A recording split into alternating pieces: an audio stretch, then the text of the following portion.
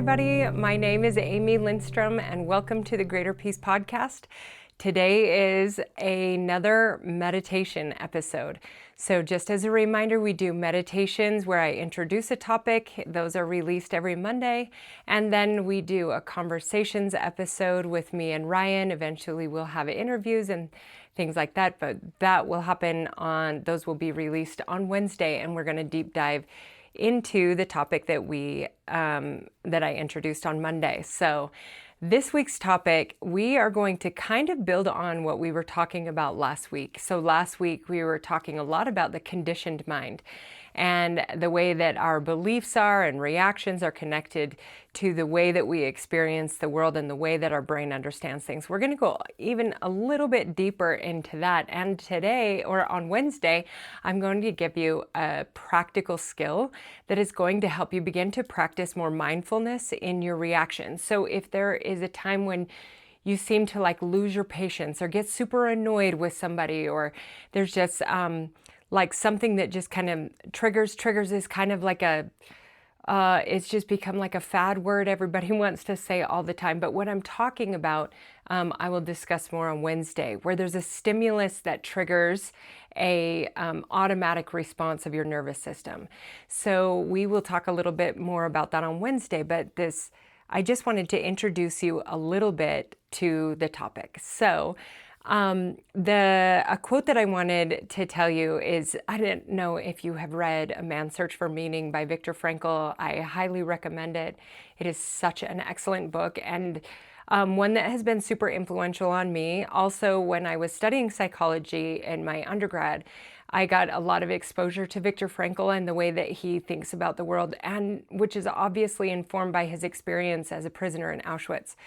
And I think that he has such a powerful perspective of experiencing hardship and the ways to make sense of it, or the ways that human beings react to the negative cognitions we build, or the negative or the difficult experiences that we have. So the quote that I love from him is, "Everything can be taken from a man, but one thing, the last of the human freedoms, the choice, or to choose one's attitude in any given circumstance, to choose one's own way." And I love that so much, because it really is speaking of being mindful, of beginning the process of understanding why you do what you do. Why are you losing your patience over and over with your kids, or with your spouse, or with somebody at work, or whatever it is? It's like, why do you keep doing that? Why are you betraying who you want to be in the world? And it almost feels like, as Eckhart Tolle says, like you're possessed by an entity of your past self, where it's like something takes over you and you're super reactive. And maybe sometimes, and a thing that I like to ask people is, if you can think back to the last time you were freaking out or blowing up, can you just sit with and think, how old did I feel in that moment? And sometimes that gives you some clues and indicators, like what was going on in that life, a program that was written. Come back on Wednesday, because I'm going to help you understand more of why that is, what happens in brain development. So I think that one of the most impactful skills that all of us can learn is begin to engage the frontal lobe, to engage the process of mindfulness, being aware of our awareness, being aware of what we are doing in the moment. There is also so much, all the joy, all of the happiness that we can experience is being able to keep our brain in a present moment. Sometimes I remember once telling Ryan that I feel like happiness is a skill. It isn't a state of being. Because as soon as we become happy, our programmed mind then all of a sudden is immediately feeling the tension of this moment disappearing.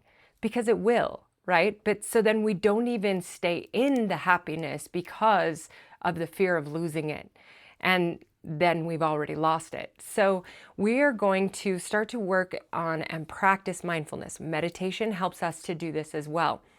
So one of the things that you can do is, let's say today, whatever tasks you're doing, if you are cooking, it's like just cut the vegetables, just cook.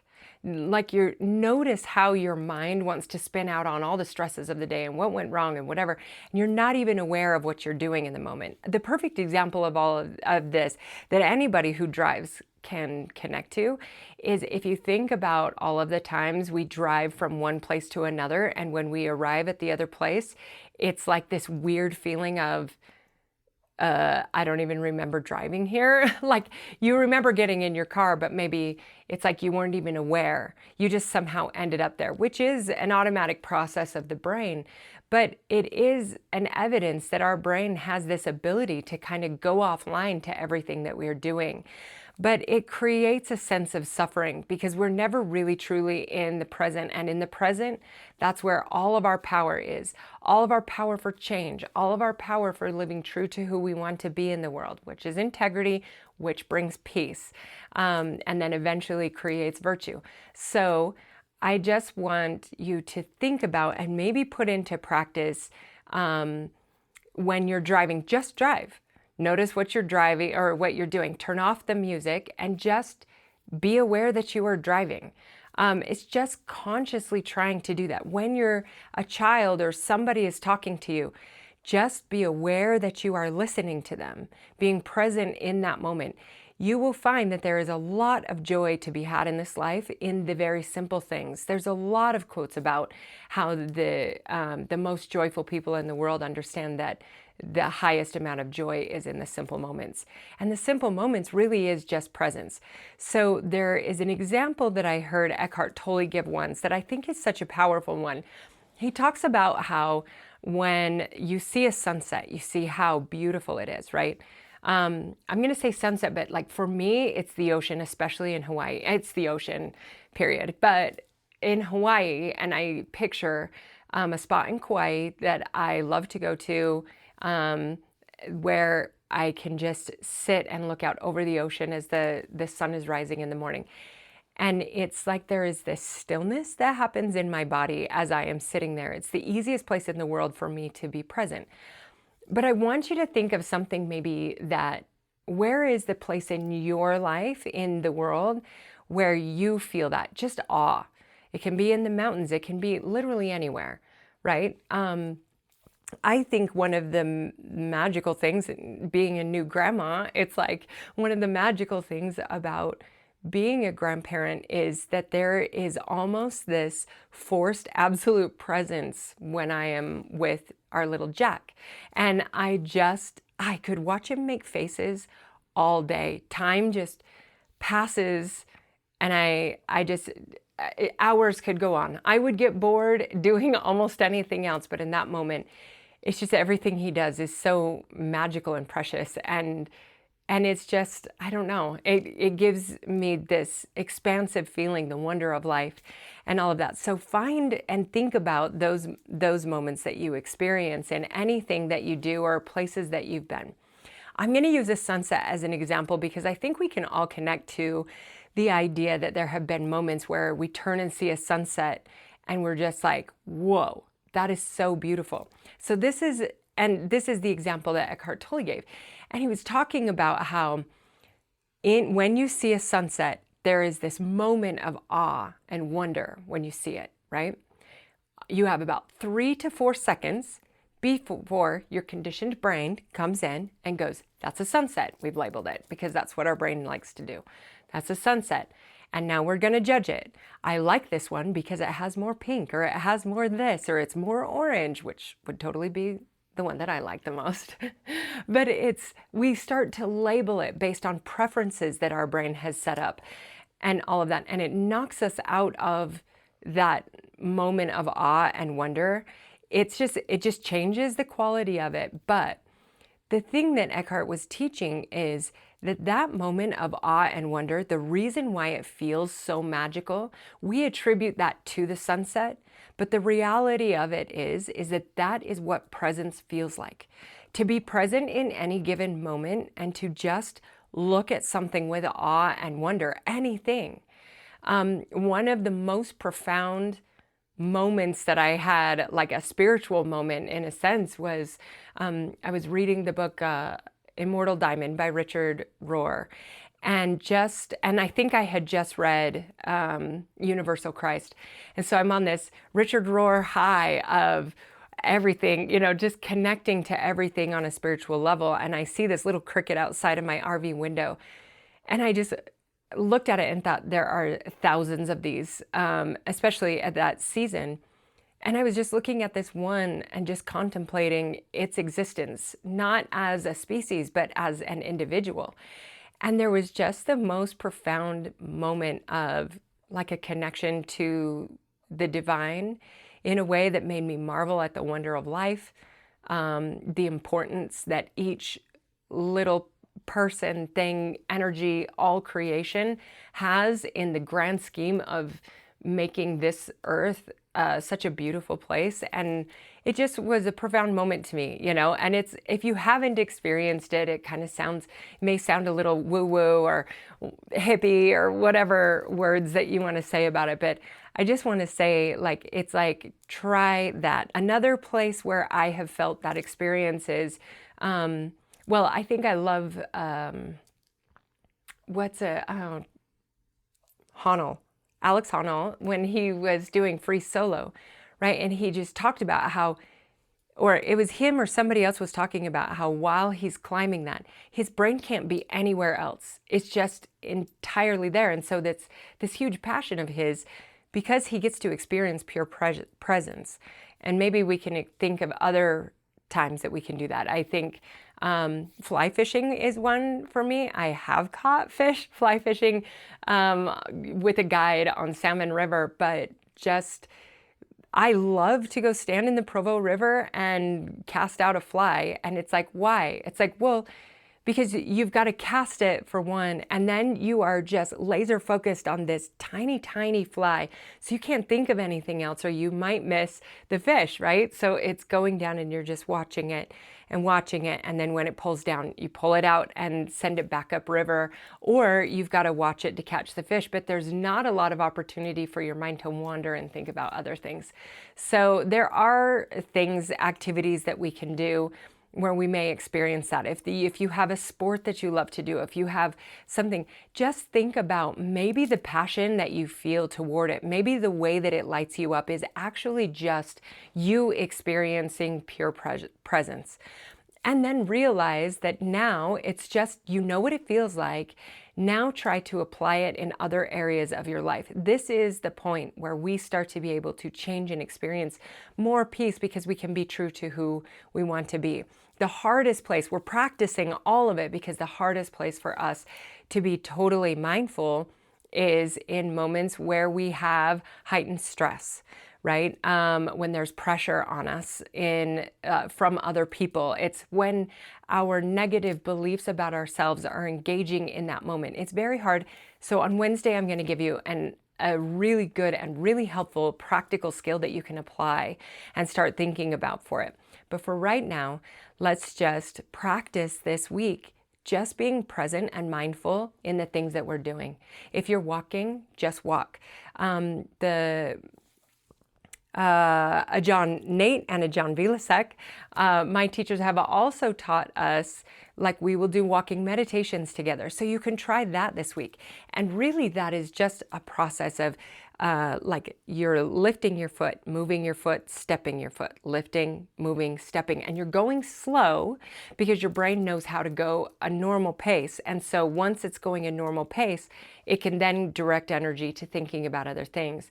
But if you break up the process that you normally do it, when people say, if you're driving to work all the time and you kind of disconnect, drive a new way and then you're more present. It's like that. You want to give the brain something else that now it has to focus, because this is new. And so when you are walking like that, you're just focusing on the feet, and that is all. And you can do it. They can do it for hours at a time, but even just 10 minutes, you'll notice after a little bit at first, you kind of feel like you're going to tip over, you kind of, but then as you really engage presence and do it mindfully, there's this surge of just contentment, I think is the right word, that I have experienced in it. So try it out, see what you think. And also maybe if you're doing laundry this week, if you were,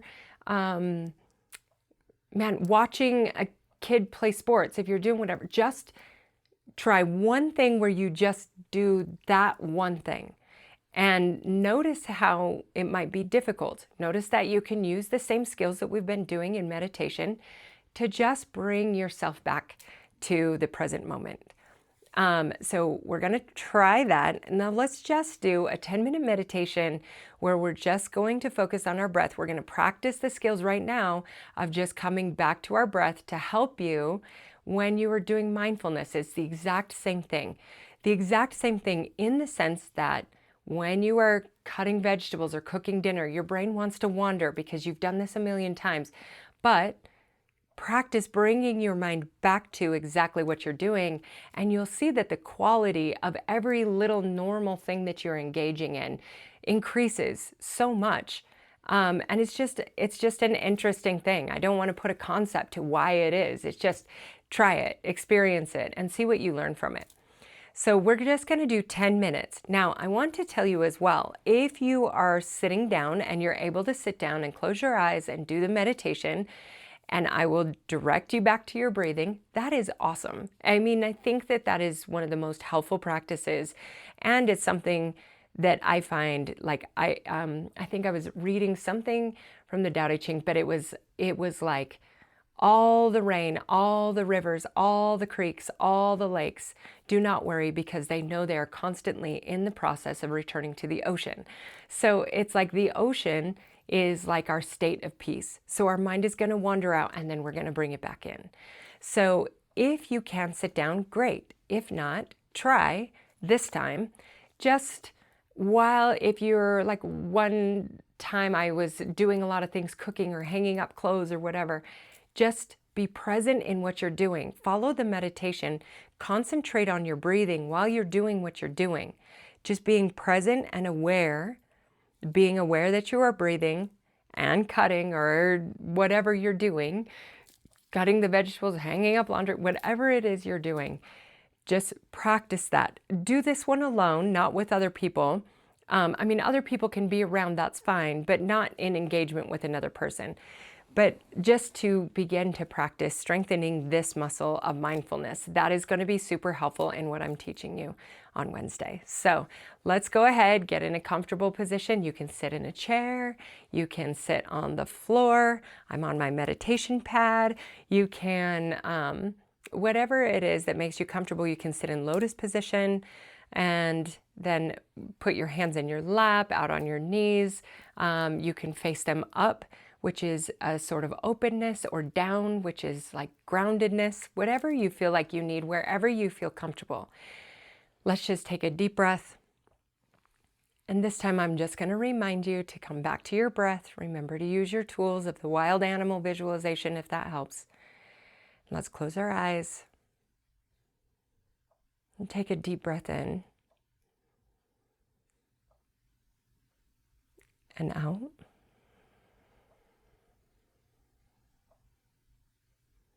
And in.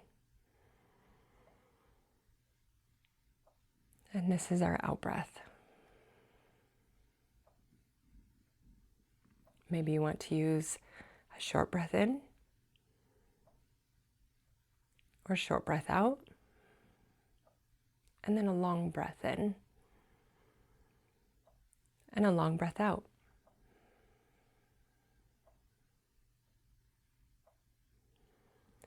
Just continue whatever you need to use in order to stay with the breath.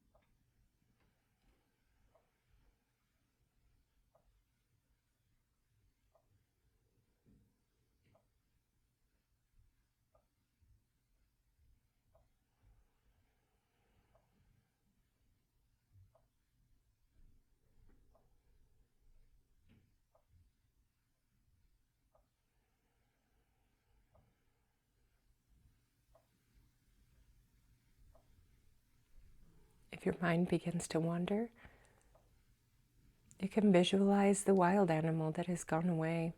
You want to remind it to stay with you, so gently bring it back. No judgment, just gentle guidance. We're trying to get it to choose to stay with us over time. And then deep breath in.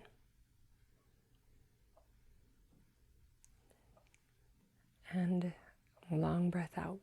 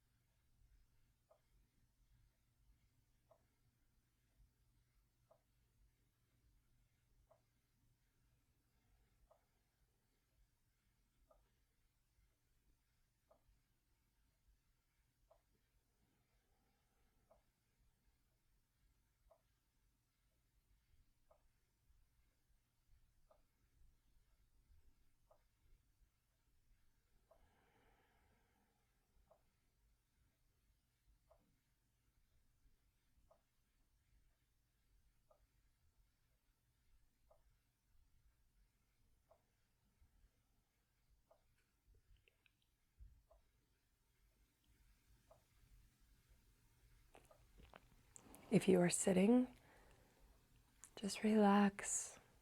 Keep coming back to your breath. If you notice any tension, direct your attention to it. Tension, tension, tension, and then come back to the breath.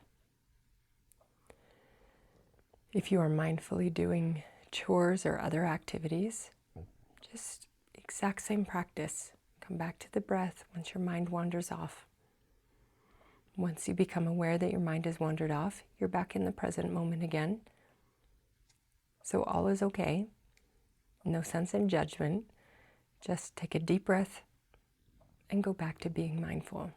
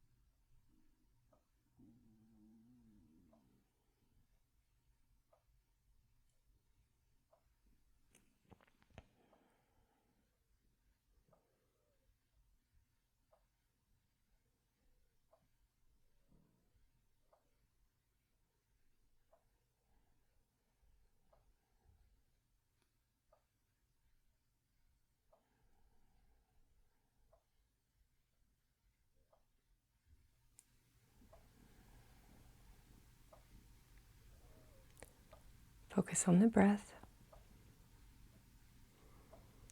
Short in-breath, Short out breath. Long in breath. Long out breath.